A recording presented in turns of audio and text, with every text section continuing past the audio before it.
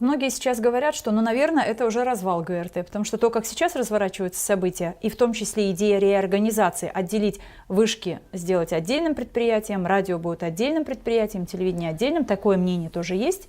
Вот скажите, возможен развал ГРТ? Если да, то почему? Если нет, почему? Ваше мнение? Возможно, развал ГРТ, он возможен, эту гипотетическую возможность исключать не стоит.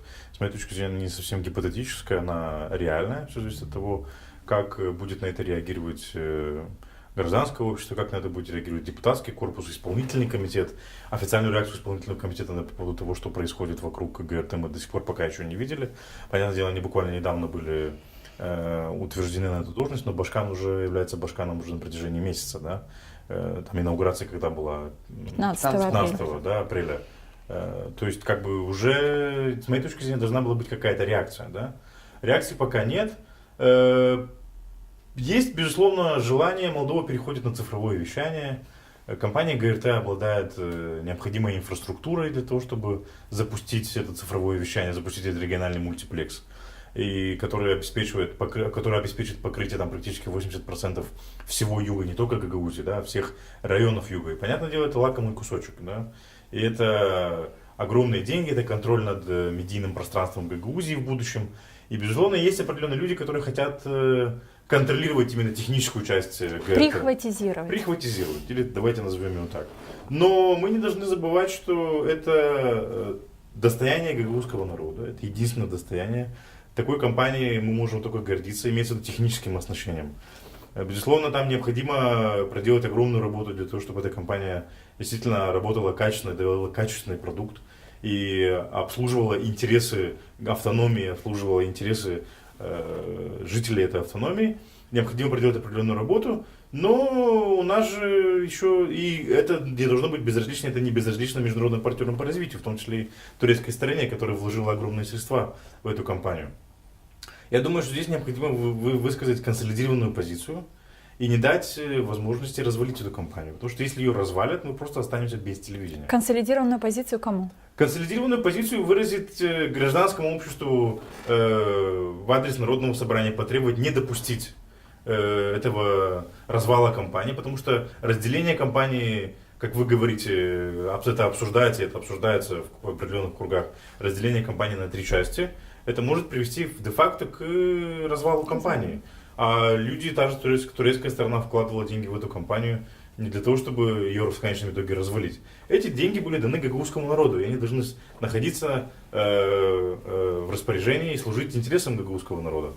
И мы вложили... Именно об этом говорится в протоколе ТИКа при передаче вышек в использовании здесь в Гагаузии. Но у нас же менталитет еще советский, и сидит какая-то общественная собственность, непонятно кому принадлежит, почему бы ее не прибрать к рукам, понимаете, у нас же все так. Мы пока еще доразваливаем Советский Союз, да, то есть все 20 лет мы идем по пути до разваливаем то, что еще осталось, более-менее функционирует, нужно кому-то его прибрать к рукам, и тогда все успокоятся, когда мы все развалим. Но я думаю, что этот процесс в отношении ГРТ допускать не стоит.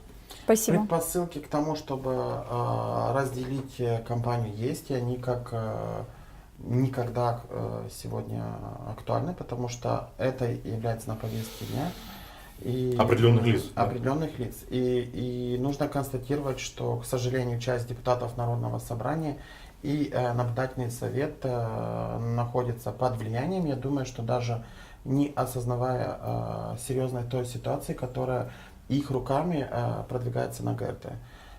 Если компания все-таки реализуется план по ее реорганизации, то можно будет поставить большую жирную точку на гагаузском телевидении и на гагаузском радио, потому что Гагаузия не сможет содержать 2 института, во-первых. Во-вторых, это создаст огромные проблемы при вещании, потому что если у компании заберут инфраструктуру по передаче сигнала, то есть никаких денег не хватит у ГРТ для того, чтобы донести этот сигнал до потребителя, потому что для сравнения бюджет Телерадио Молдова 92 миллиона, из них 50% Телерадио Молдова, то есть 45 миллионов оплачено Радиокому за то, что он доставляет сигнал общественного телевидения до населения. То есть можете себе представить, что сегодня, если 3 миллиона бюджет ГРТ, если 50% будет уходить на то, чтобы оплачивать за доставку сигнала. то, соответственно, программ не будет. И, конечно, сегодня компания представляет интерес, потому что 17 июня Молдова, согласно Конвенции о трансграничном телевидении, переходит в формат цифрового телевидения. вещание. Цифровое телевидение это что? Региональный мультиплекс это 15 каналов. К примеру, я вам хочу привести пример, что войдя в национальный мультиплекс, канал с национальным покрытием это будет стоить 20 тысяч евро в месяц. То есть, аренда. То есть на региональном уровне по тем подсчетам, которые готовили нам, потому что мы занимались этим вопросом, это может стоить около 3-4 тысяч евро для медийной организации, которая будет производить продукт. То есть имея в собственности региональный мультиплекс и 15 каналов, которые вы сможете, человек, который будет владеть или организация, предоставлять любому телевидению. То есть это... Отнестись бездарно к этой собственности просто невозможно. 50 тысяч евро в год получит тот, кто будет владеть прибыли, кто будет владеть этим. Но вы подтверждаете сейчас мысль о возможной желании прихватизировать, ради чего? Вот ради этого, ради выгоды.